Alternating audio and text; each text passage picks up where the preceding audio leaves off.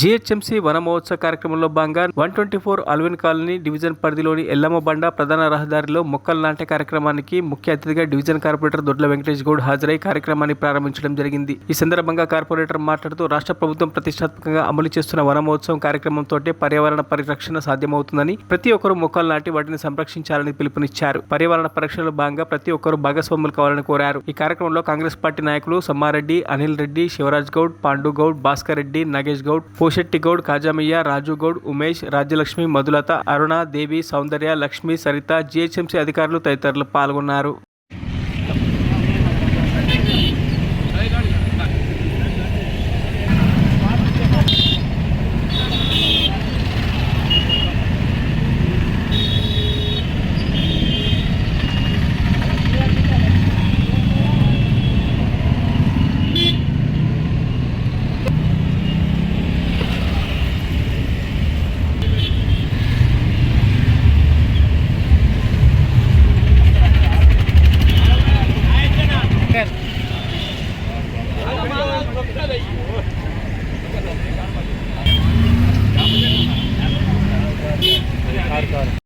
మరిన్ని అప్డేట్స్ కోసం మా ఛానల్ని సబ్స్క్రైబ్ చేయండి.